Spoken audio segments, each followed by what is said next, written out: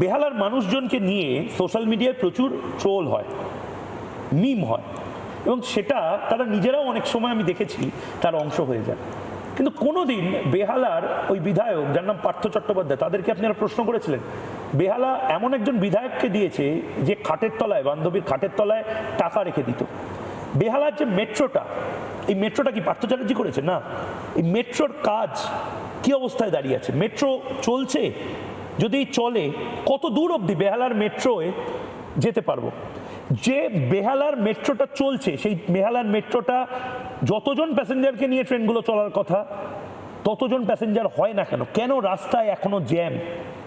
বেহালা, মাথায় রাখুন, একটা সময় ইন্ডাস্ট্রিয়াল বেল্ট ছিল। বেহালা থেকে শুরু হতো, মহেশতলায় শেষ হতো। বাটানগর বলে যে জায়গাটি, সেটা জুতোর জন্য ফেমাস ছিল। এই পানীয়, বিভিন্ন ওই ঠান্ডা পানীয়, সেই পানীয়র কারখানা ছিল এই গোটা বেলটায়, বজবজে একের পর এক কারখানা ছিল। আর আজ বেহালা মেট্রো, সেই মেট্রোর কাজটুকু পর্যন্ত আমরা সম্পূর্ণ করতে পারছি না। বেহালা মেট্রো থেকে আমরা ধর্মতলা মেট্রো, ধর্মতলা মেট্রো থেকে সোনারপুর মেট্রো, সোনারপুর মেট্রো থেকে new town metro, new town metro থেকে ক্যানিং মেট্রো কানেক্ট করতে উঠতে পারছে না। আর মুম্বাই, নাগপুর, নাসিক, তারা বলে বলে প্রতি মাসে আমাদের সুপারস্টাররা প্রতি মাসে একটা করে দারুণ পাগলু সিনেমা বানায় এবং তারপর তৃণমূলে জয়েন করে যায়। আর আমরা জাস্ট দেখছি প্রতি মাসে একটা করে নতুন স্টেশন উদ্বোধন হচ্ছে অন্যান্য রাজ্যে। কি অবস্থা বেহালা মেট্রোর একবার দেখুন। কলকাতা মেট্রো এর পার্পল লাইন চালু হয়েছে দীর্ঘ 2.5 বছর আগে, কিন্তু এখনো পর্যন্ত জোকা থেকে মাঝেরহাট পর্যন্ত এই পার্পল লাইনে মেট্রো জট অব্যাহত। মাঝেরহাট থেকে এসপ্ল্যানেড পর্যন্ত যে সরাসরি মেট্রো লাইন, সেটা কিন্তু এখনো পর্যন্ত চালু করা যায়নি, কারণ জমি জট এবং অত্যন্ত ধীর গতিতে এই নির্মাণ কাজ এগোচ্ছে। সেই কারণেই কিন্তু এখনো পর্যন্ত মাঝেরহাট থেকে এসপ্ল্যানেড পর্যন্ত মেট্রো পরিষেবা চালু করা যায়নি। অর্থাৎ সেই কাজ শেষ হতে এখনো পর্যন্ত বহু বছর কিন্তু সময় লাগবে, যেহেতু এতটাই ধীর গতিতে কাজ চলছে। এবং এই বেহালা মেট্রো নিয়ে এর আগেও কিন্তু বহু জট তৈরি হয়েছে, সেই জট কবে কাটবে সেটা কিন্তু এখনো পর্যন্ত অজানা। ক্যামেরায় শুভ্রাংশু ঘোষের সঙ্গে লীনা ভট্টাচার্যের রিপোর্ট, রিপাবলিক বাংলা, বেহালা। ওর তো কি বলবে, মানে একটা প্রত্যাশার মৃত্যু, আরেকটা হচ্ছে তোমার জেনারেশন বা তোমার পরের জেনারেশন, জেন জি, জেন ওয়াই, তাদের মধ্যে মানে তারা আর স্বপ্ন দেখছে না যে আমাদের এই এই জিনিস পেতে পারি। আমাকে খুব ভালো করে, আমার নাম বলছেন, একটা বাচ্চার ছেলে আমাকে বললো, মহিবদা আমরা ধরো টানা পয়জন খেয়ে যাচ্ছি, বিষ খেয়ে যাচ্ছি অল্প অল্প ডোজে, এবার সেই বিষটা ছাড়িয়ে তুমি যদি আমাকে দুধ বা ডাবের জল দাও, আমার তো বিরক্তি লাগবে।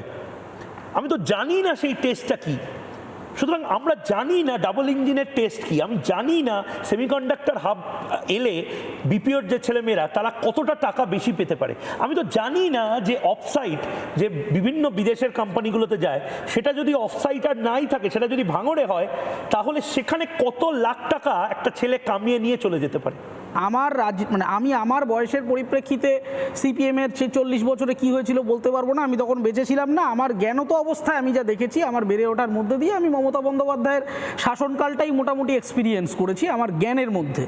তার মধ্যে আমার সবচেয়ে যেটা ইন্টারেস্টিং লেগেছে যে এই বিগত 1 দশক বা 1.5 দশকের মধ্যে পশ্চিমবঙ্গের যুব সমাজের মধ্যে বড় কিছু করবার যে আশা, যে আকাঙ্ক্ষা, যেটাকে অ্যাম্বিশন বলে, সেটাই নষ্ট করে দেওয়া হয়েছে। আমি খুব আশ্চর্য হয়ে যাই যে এখান থেকে যারা ইঞ্জিনিয়ারিং পড়ছেন, ডাক্তারি পড়ছেন, অন্য কোনো অ্যাপ্লাইড কাজ নিয়ে পড়ছেন, তাদেরকে বিভিন্ন কোম্পানি ফ্রিতে ইন্টার্নশিপ করাচ্ছে। ইন্টার্নশিপের শেষে 2-3 হাজার টাকা দিয়ে দিচ্ছে কিংবা দিচ্ছে না। তারা বলছে বাবা 2,000-3 হাজার টাকাটা তো পেলাম, এটাই বিরাট ব্যাপার, একটা ইন্টার্নশিপ তো পেয়েছি।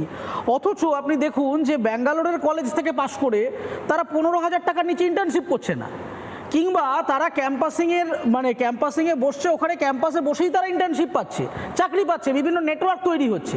আপনি আমাকে বলুন যে একটা পশ্চিমবঙ্গের কলকাতা বিশ্ববিদ্যালয়, বর্ধমান বিশ্ববিদ্যালয় কিংবা অন্যান্য কল্যাণী বিশ্ববিদ্যালয়, এখানে অধিকাংশ জায়গায় লেখাপড়া করবার পরে তারা কোর্সটা শিখে কি করবে? তারা আমি অ্যাপ্লিকেশনটা কোথায় করব? পিএইচডি করে বসে থাকতে হবে। এই যে কলেজ সার্ভিস কমিশনের একটা দেখলাম আমি নোটিশ দিয়েছে, তার অ্যাপ্লিকেশন ফিজ হচ্ছে 2,500 টাকা। মানে আমি চাকরি হলো কি হলো না, ইন্টারভিউতে ডাক পেলাম কি পেলাম না সেটা বড় কথা না, আমি ফর্মটা ফিল আপ করতে গেলে 2,500 টাকা তৃণমূল আমাকে কংগ্রেস দিতে তো হবে। ক্যাম্পেইন করে বলছে যে দিদি আছে বলেই 1,500 টাকায় আমার একটা মোবাইল ফোনের রিচার্জ তাহলে হচ্ছে, 1,500 পরীক্ষার ফিজ হয়ে যাচ্ছে। 1,500 টাকা আমাকে দিলেন, আর কলেজ সার্ভিস কমিশনের আপনি যখন নোটিফিকেশনটা বের করলেন তার ফর্মের দাম 2,500 টাকা, তাহলে বাকি 1,000 টাকাটা কোথা থেকে আমি নিয়ে আসবো? চুরি টাকাতি করতে হয় তাহলে আমাকে। এবার বিষয়টা হচ্ছে দেখুন, পশ্চিমবঙ্গের এই যে কথাটা বললাম না, আমি আপনাকে একটা কথা বলি যে আমি তো লিডারকে দেখে শিখবো। পশ্চিমবঙ্গের ভবিষ্যতের লিডার হচ্ছেন অভিষেক বন্দ্যোপাধ্যায় বলে তৃণমূল প্রজেক্ট করে। আমাকে একটা কথা বলুন তো, অভিষেক বন্দ্যোপাধ্যায় যাই হয়ে যান, তিনি মানে চুরি করেছেন না ডাকাতি করেছেন সেটা আমি আলোচনার মধ্যে আনছি না। আমরা জানি অন্তত ইলেকশন কমিশনের এফিডেভিটে লেখা আছে উনি নাকি masters in business administration, MBA owner degree আছে। সেই ডিগ্রি ক্রেডিবিলিটি প্রশ্নেও আমি আসছি না। আমার প্রশ্নটা হচ্ছে অভিষেক বন্দ্যোপাধ্যায় নিজে একজন সাকসেসফুল ব্যবসায়ী কেন হতে পারলেন না? তিনি নিজে একজন সাকসেসফুল ম্যানেজার কেন হতে পারলেন না? তাকে কেন রাজনীতিটাকে জীবিকা হিসেবে ধরে নিতে হলো? আমার প্রশ্নটা হচ্ছে সেইখানে। তার মানে আমার যিনি লিডার, আজকে লিপস অ্যান্ড বাউন্সের কোম্পানি সম্বন্ধে আলোচনা করলে বলা হয় সেটা নাকি একটা মার্কেটিং কনসাল্টিং ফার্ম, তাহলে তৃণমূলের মার্কেটিং কেন লিপস অ্যান্ড বাউন্স দেখে না? তার মানে হচ্ছে তার জন্য কেন একটা আইপ্যাক বা অন্য কোনো বিভিন্ন ফার্মকে ধরে আনা হচ্ছে? তার মানে এটা দেখুন, যে ব্যক্তিকে আমি চেয়ারে বসিয়েছি সিদ্ধান্ত নির্মাণের জন্যে, সেই ব্যক্তি নিজেই তো সেই জায়গায় সফল নন। আমাদের মধ্যে এটা ঢুকিয়ে দেওয়া হয়েছে যে ঠিক আছে 1500 তো পাচ্ছি, বছরে 18,000। আরে ভাই, তোমার 18 লাখ টাকার ব্যবসা করার তো তোমার ক্ষমতা আছে, তুমি সেইটা দেখুন। ভাতার কেউ অপোজ করছে না, একটা ভাতা আসবে, এটা সাবসিডি।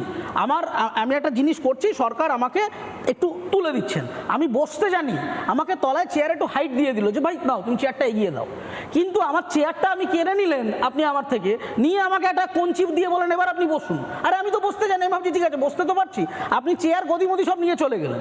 আমার প্রশ্নটা হলো যে বিজেপিকে যদি কমব্যাট করতে হয় তাহলে দুটো জিনিস মাথায় রেখে করতে হবে। এক, আমি আবার বলছি আজকের প্রোগ্রামে, এই যুবসাথী প্রকল্প কিন্তু মমতা বন্দ্যোপাধ্যায় মাস্টার স্ট্রোক হিসেবে ব্যবহার করবেন। এর আগে লক্ষ্মীর ভাণ্ডার করেছেন, ইত্যাদি ইত্যাদি করেছেন। তার কারণ দীর্ঘদিন ধরে তৃণমূলের এই যে অ্যান্টি ইনকামবেন্সি ফ্যাক্টর বা চাকরি নেই, যুব সমাজের ব্যবসা নেই, ইত্যাদি নেই, এগুলো নিয়ে তৃণমূল জেরবার হয়ে গেছে। কিন্তু এই যুবসাথীটাকে মাস্টার স্ট্রোক হিসেবে যদি কাটতে হয়, তাহলে আমি বিজেপিকে আবেদন করব, যদি আপনারা এটা নিয়ে পথে নামেন, মানুষের কাছে পৌঁছে যান, তাহলে মানুষের কাছে আগে এইটা প্রতিষ্ঠা করুন, কনভিন্স করুন যে বাঙালির ভবিষ্যৎ অনেক বড় হতে পারে, বাঙালির সেই ক্ষমতা আছে, বাংলার খনিজ সম্পদ আছে, বাংলার প্রকৃতি আছে, বাংলার শিল্প আছে, বাংলার জমি আছে। আজকে ভারতবর্ষের বুকে দীর্ঘ একটা সময় ব্যবসায় একচেটিয়া রাজত্ব করতো বাঙালি। ব্রিটিশ আমলে, একটা ছোট্ট উদাহরণ দিয়ে শেষ করব, বাঙালির এমনই বুদ্ধি ছিল যে গঙ্গার জল তুলে সারা ভারতব্যাপী বিক্রি করে বিলিয়ন ব্যবসা করেছিল সেই সময় একজন ব্যবসায়ী। এই ছিল মেধা বাঙালির বুদ্ধির, সেই বাঙালির হাতে আমরাই প্রথম প্যাকেজড গঙ্গা জল সেটা অ্যাড করি, সেটা হচ্ছে ইসরোর এখন যারা সায়েন্টিস্ট তাদের 35% হচ্ছে বাঙালি। তার মানে মেধা আছে, তার মানে মেধা আছে। কিন্তু সেখানকার একজন বিখ্যাত সায়েন্টিস্ট দুঃখ করে বলছে এদের কারো এডুকেশন পশ্চিমবঙ্গে নয়, তারা পশ্চিমবঙ্গে ওই ক্লাস 5 পর্যন্ত পড়ে প্রত্যেকে হায়ার এডুকেশনের জন্য অন্য স্টেটে গেছে। তার দুঃখ হচ্ছে যে ইসরোকে দেখে যদি পশ্চিমবঙ্গে একটা এডুকেশন এক্সেলেন্স করতে পারতাম, যেখানে বিজ্ঞান শিক্ষা দেওয়া হয়, তাহলে ওই 35%টা বেড়ে 50% হতে পারতো। বাঙালির মেধা এতটাই, সেইটাতে আমরা কমপ্লিটলি ব্যর্থ হই। নানা ধরনের কন্টেন্ট দেখার জন্য লাইক করুন, শেয়ার করুন আমাদের ফেসবুক পেজ, সাবস্ক্রাইব করুন আমাদের ইউটিউব চ্যানেল। পাশাপাশি অন্যান্য ব্রেকিং নিউজের জন্য অবশ্যই চোখ রাখুন রিপাবলিক বাংলায়।